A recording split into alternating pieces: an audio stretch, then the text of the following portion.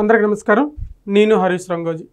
చాలా రోజుల తర్వాత మా సిదిరన్న మైకుల ముందుకు వచ్చాడు. జనరల్గా ఈయన మీద నాకు కోపం ఏం లేదు.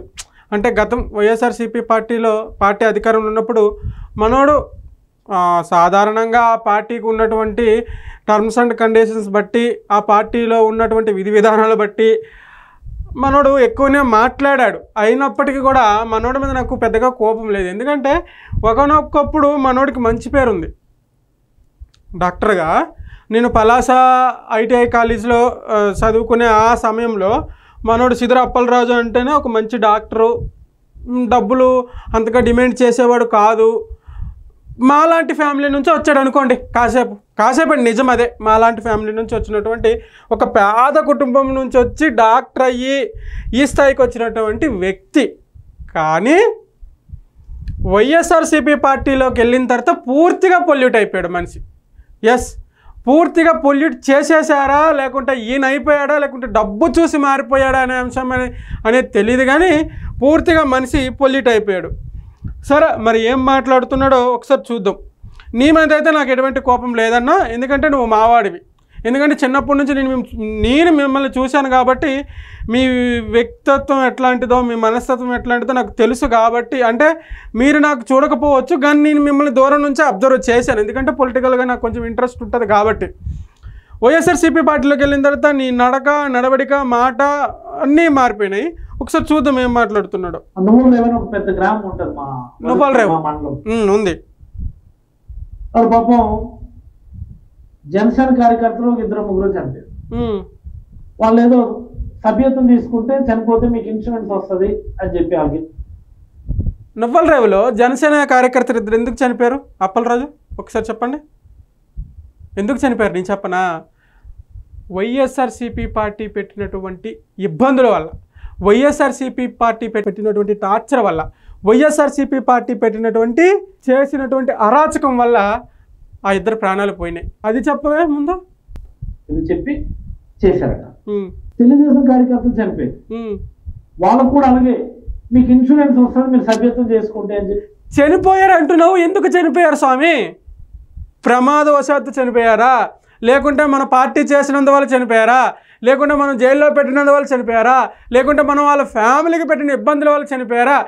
దేనివల్ల చనిపోయారో క్లారిటీ ఇయ్యి. చనిపోయారంటే దేనివల్ల చనిపోయారు?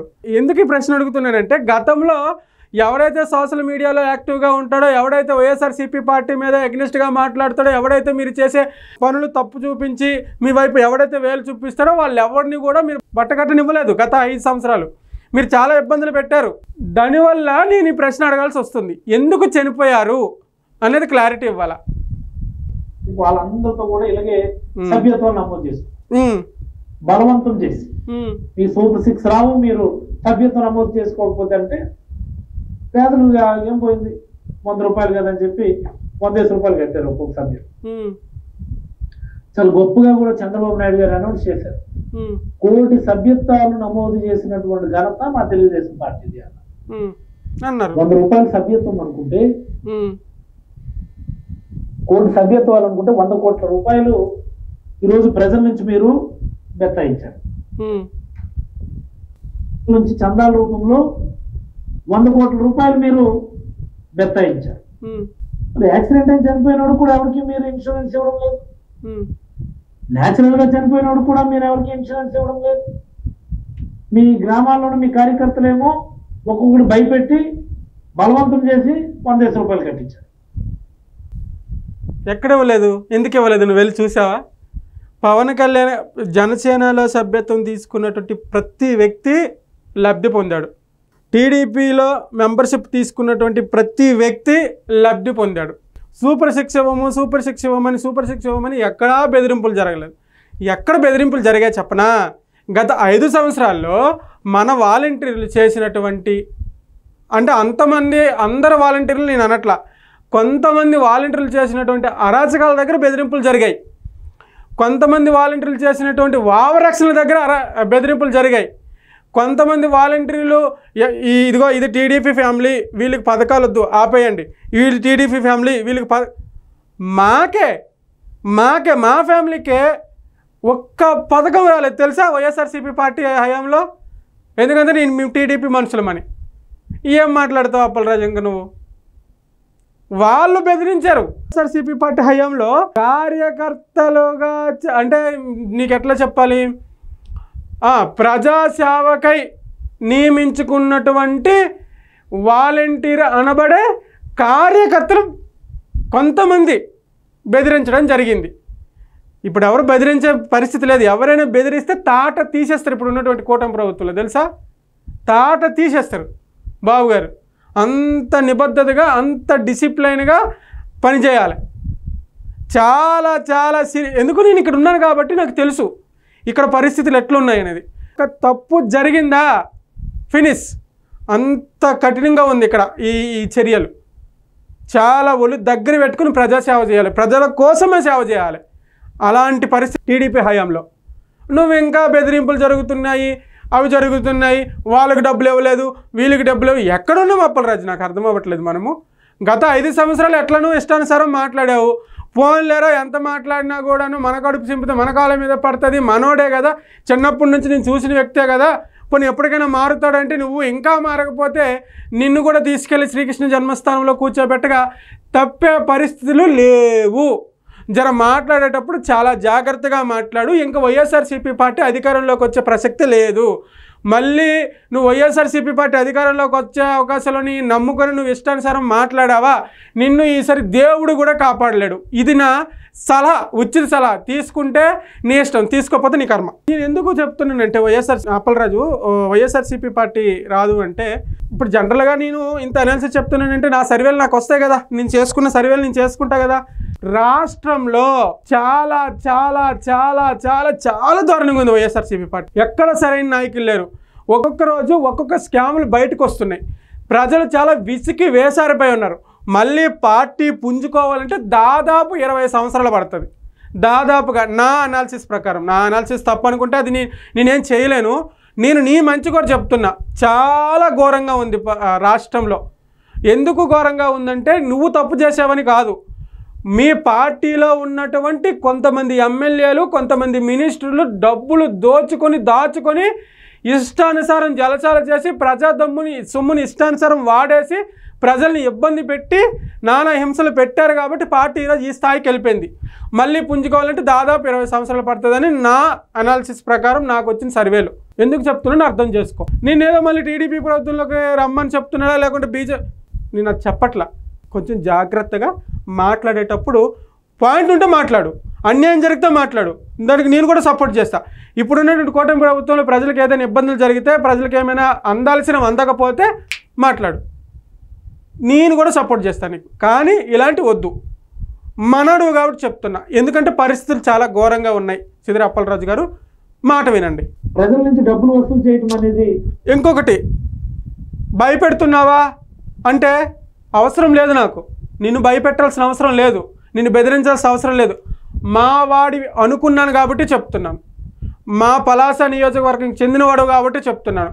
చిన్నప్పటి నుంచి నీ నడవడిక, నీ పేదరిక పరిస్థితి ఎట్లా, నేను ఫస్టే చెప్పాను, మాలాంటి ఫ్యామిలీలో నుంచి వచ్చినవాడు కాబట్టి చెప్తున్నాను.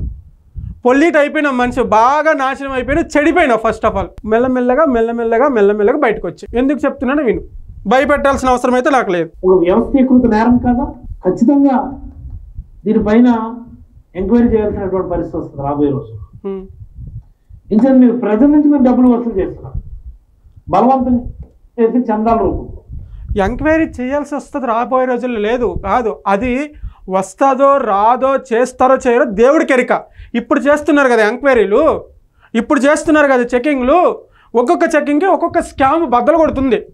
గుండెలు బద్దలైపోతున్నాయి బయట ప్రజలకి వస్తున్న స్కాముల్ని. మొన్న రజనీ చేసిన స్కాము, దానికోసం మాట్లాడు. అంతకుముందు కొడాలని చేసినటువంటి స్కాము, దానికోసం మాట్లాడు. చాలా స్కాములు బయటకు వస్తున్నాయి. చాలామంది డబ్బులు తినేశారు మన పార్టీలో. మనం తర్వాత అధికారంలోకి ఎప్పుడో వచ్చినప్పుడు మనం ఎంక్వైరీలు చేస్తామో చేయమో పక్కన. ఇప్పుడు చేసిన ఎంక్వైరీలు ఎదుర్కోవాల్సి వచ్చిన పరిస్థితి. మరి మీరు ఎందుకు ఎవరికి అంతమంది 100 కోట్లు వసూలు చేసి మీరు ఎవరికి ఇస్తున్నారు? మీరు ఇన్సూరెన్స్ నాకు అర్థం కాదు. ఎవరికి ఇస్తున్నారు? చంద్రబాబు మేము అమలు చేయటం లేదు. మన వైఎస్ఆర్సీపీ పార్టీకి మెంబర్షిప్ పెట్టలేదా? నిజం చెప్పు, మెంబర్షిప్ పెట్టలేదా? మనం ఎన్ని డబ్బులు దండుకున్నాం? చెప్పు, ఎన్ని డబ్బులు దండుకున్నాం చెప్పు ఒకసారి. ఎందుకు ఈ మాటలన్నీ, పొల్లి మాటలన్నీ ఎందుకు మాట్లాడుతావు? మనం ఎన్ని డబ్బులు దండుకున్నాము, ఎంత డబ్బు నాశనం చేసేసాము, ఇసుక ధరలు ఏ విధంగా పెంచేసినాము, సిమెంట్ ధరలు ఏ విధంగా పెంచేసినాము, నిత్యావసర సరుకులు ఏ విధంగా పెంచేసినాము, మద్యం ఏ విధంగా అమ్మినాము, పనికిరాని బ్రాండ్లు ఏ విధంగా తెచ్చి అమ్మినాము, ప్రజల ఆరోగ్యాలతో ఏ విధంగా ఆడుకున్నాము. ఇవన్నీ చెప్పవే, ఇవన్నీ మాట్లాడవే, ఇవన్నీ మాట్లాడాలి కదా. కానీ నీలో నాకు నచ్చింది అని తెలుసా, స్క్రిప్ట్ లేదు నీ దగ్గర. అది అందుకే మా వాడంటే నాకు ఇష్టం. వైఎస్ఆర్సీపీ పార్టీలో చూడండి, ఏ మంత్రి కానీ ఏ ఎమ్మెల్యే కానీ మైకుల ముందు వచ్చి మాట్లాడేటప్పుడు ఖచ్చితంగా స్క్రిప్ట్ పట్టుకొని వస్తారు.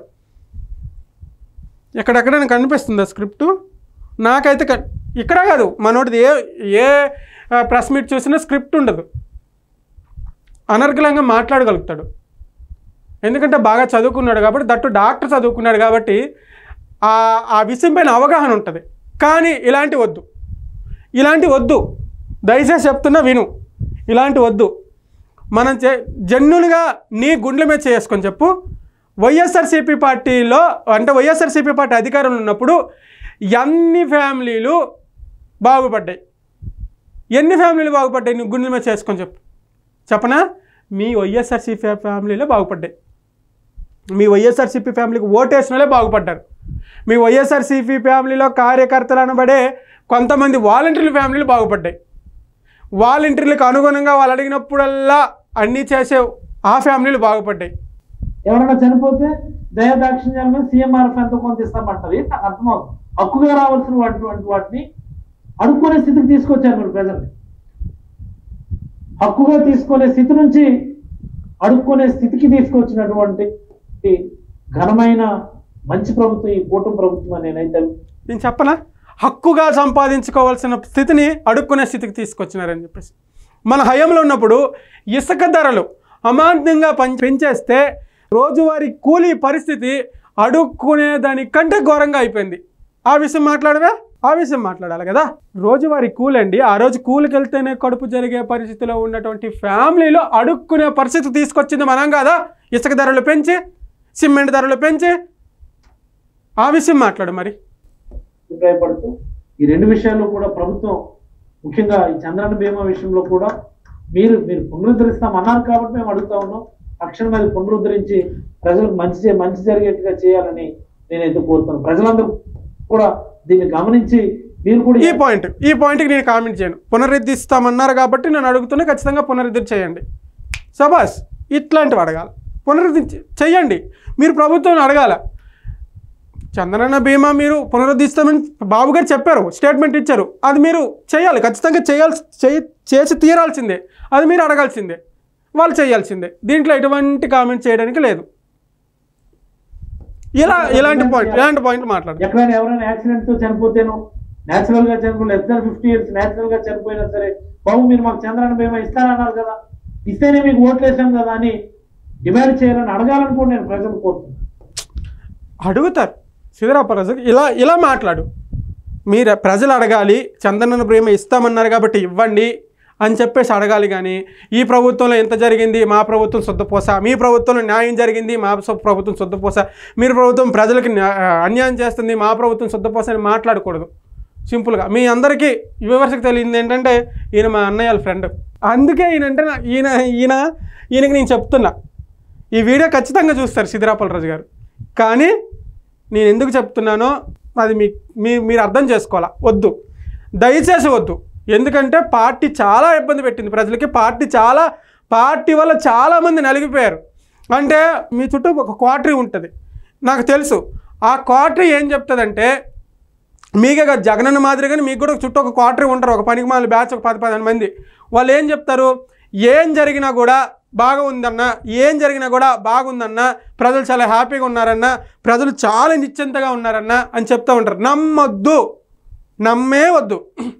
ప్రజలు చాలా ఇబ్బందులు పడ్డారు, ప్రజలు చాలా అరిగోస పెట్టారు. ఆ గ్వాస ఈరోజు మనకు తగిలింది కాబట్టి 11 సీట్లు పడిపోయినాం. సో చెప్పింది అర్థం చేసుకోండి, ఇలాంటివి వద్దు, దయచేసి వద్దు. ఎందుకంటే మన పార్టీ చాలా అన్యాయం చేసింది కాబట్టి. సిద్ధరాపరాజు మీద మీ అభిప్రాయం మీద కామెంట్ రూపంలో తెలియజేయండి. మనోడి మీద పెద్దగా పాయింట్స్ ఏం లేవు. మనోడు పలాసలో ఒక మాదిరిగా మాట్లాడాడు, అన్నీ చేశాడు. కానీ అయినప్పటికీ కూడా ఏమీ అంత 1-2 తప్ప ఏమీ అంతగా హైగా మాట్లాడలేదు. కాబట్టే మనోడు కొంచెం బచాయించినాడు. లేకపోతే మనోడుకి ఈ పాటికి కూడా శ్రీకృష్ణ జన్మస్థానానికి మనోడు చేసిన స్కాములు కూడా ఇంకేం బయటికి రాలేదు. నాకు కూడా ఏం తెలియలేదు. నేను కూడా కొంచెం ఎంక్వైరీ చేస్తున్నాను. మనోడు ఏమైనా ఎంత మన చుట్టమైన తమ్ముడు ప్యాకెటే సిద్దిరాపల్లి గారు. నేను మీకు తెలియదు కానీ మీరు నాకు బాగా తెలిసిన వ్యక్తి. సో నీ మీద కూడా కొంచెం నా సర్వేలు అయితే జరుగుతున్నాయి. బయటకు వస్తే మాత్రం వదలను. ఇది మాత్రం వాస్తవం. Thank you.